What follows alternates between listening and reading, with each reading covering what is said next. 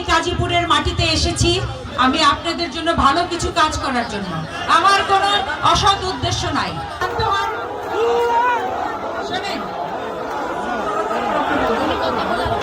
তোমরা চুপ করবো নাকি আমরা চলে যাবো?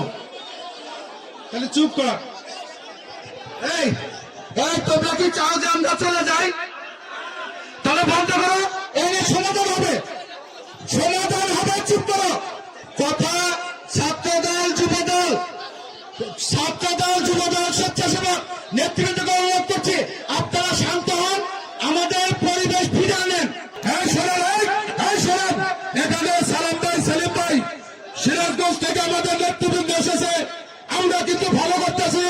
বারবার বলার পরে কেন আপনারা চুপ থাকেন না? আপনারা জেলার নেতৃবৃন্দকে অপমান করতে চান।